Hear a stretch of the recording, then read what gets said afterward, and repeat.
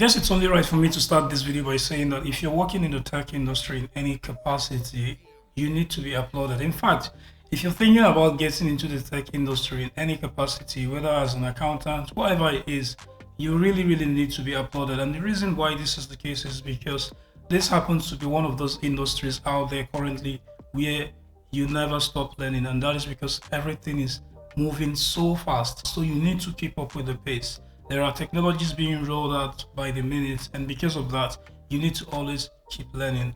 But then that begs the question to the problem that a lot of people have, even myself sometimes, and that is why the title of today's video is choosing what to learn next.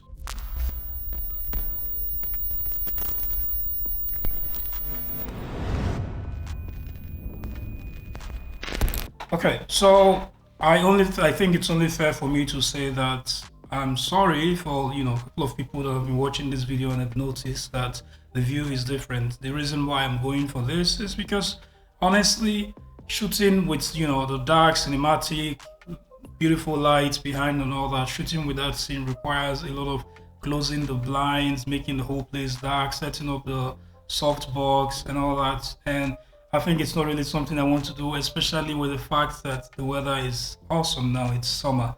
So without further ado, let's go into today's conversation. So deciding what to learn, especially in this time, in this era that tech is being rolled out every minute, is really difficult. And the reason why that is the case is because even when you decide to learn a particular one, chances are while you're learning it or before you actually get the opportunity to practicalize and use it hands-on in the industry or a professional setting, something else comes that is already solving the problem in a better way. Now, the reason why this would continue to be the case is obviously because we decided to get into this industry for one reason, which is, make life easy, whether it's, for people who are old or people who work in other industries, finance and all that. We are constantly building and pushing out systems, whether it be web application, mobile applications, so embedded systems, distributed systems, and so on. We are constantly pushing it out there to make humanity, the human race better. But the problem with this is we are solving complex problems by the day, which essentially means that the flaws that this particular systems or solutions would pose would be even way more complex. And in most cases, it's difficult for these flaws to be fixed with the particular tools that were used to create them, because that might actually be the reason why the flaw exists in the first place.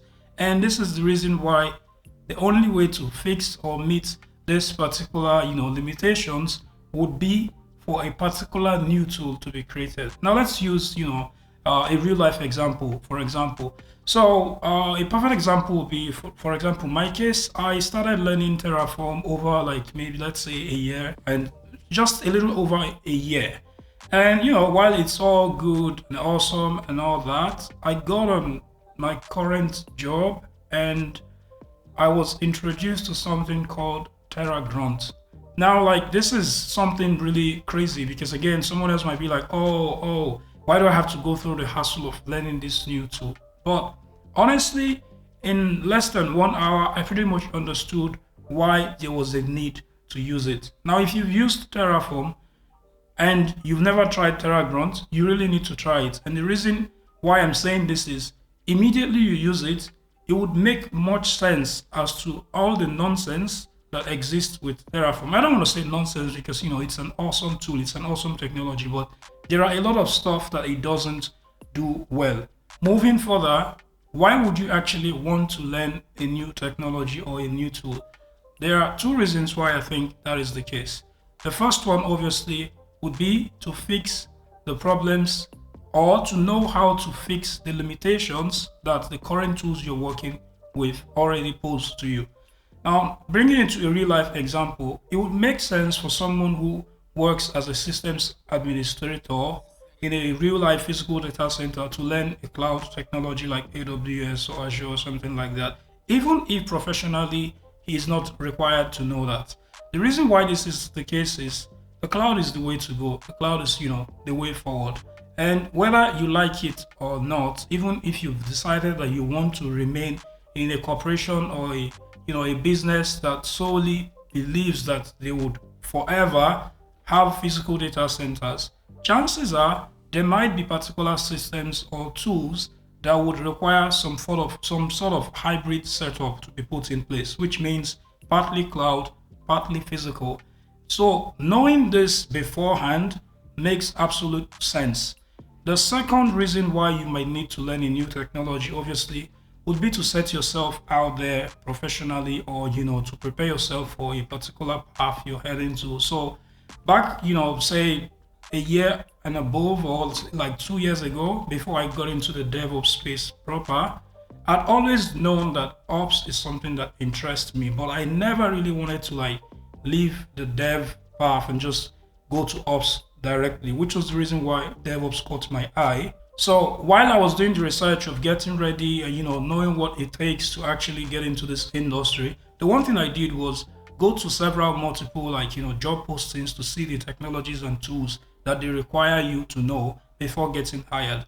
Why this is awesome is it makes you know what to get ready for. So if you're planning to become, say, a site reliability engineer, say like in 7-8 months, it would make sense for you to check now and know what technologies you need. That way you give yourself the chance to learn the new ones that you need for the job. Now, aside from that, let's even imagine you're working as a full stack developer, but you're looking to transition to like the same role of a full stack developer, but in a different company, say maybe Netflix or Amazon or something. It will make sense for you to also know what the job is like over there. And while doing that, you will definitely find out that there might be tools and technologies that you're using for your current job that is not needed, and vice versa. So it would make sense for you to learn that just to get ready for when you decide to like move or join this other company. Now, answering the big question of today's video, how do you choose what technologies to learn? Two things really. One, choose the technologies that solves the problems that the tools you're using on your current job like creates, like the limitations of the current tooling. And when you do this, you could easily push it out there to the management. Okay, here is this new thing that would save us this, blah blah blah blah. And then the second reason why you would want to learn, or the next way to go with regards to choosing something to learn, would be choosing technologies that connect to where you want to be in the future career-wise. So long story cut short, the mistake a lot of people make that I notice is they just keep moving random and random. Okay, there's this cool new stuff, let's learn it. There is this new JavaScript framework, let me pick it up. Oh, there's this new scripting language that allows you to script the web in just few seconds. Oh, let me learn it. And at the end of the day, you're just all over the place. It doesn't actually help you in any way. You're just picking up random stuff. And again, with people who don't really know what to learn, because there are a lot, I think the answer to today's conversation pretty much helps you in narrowing down how to go about it.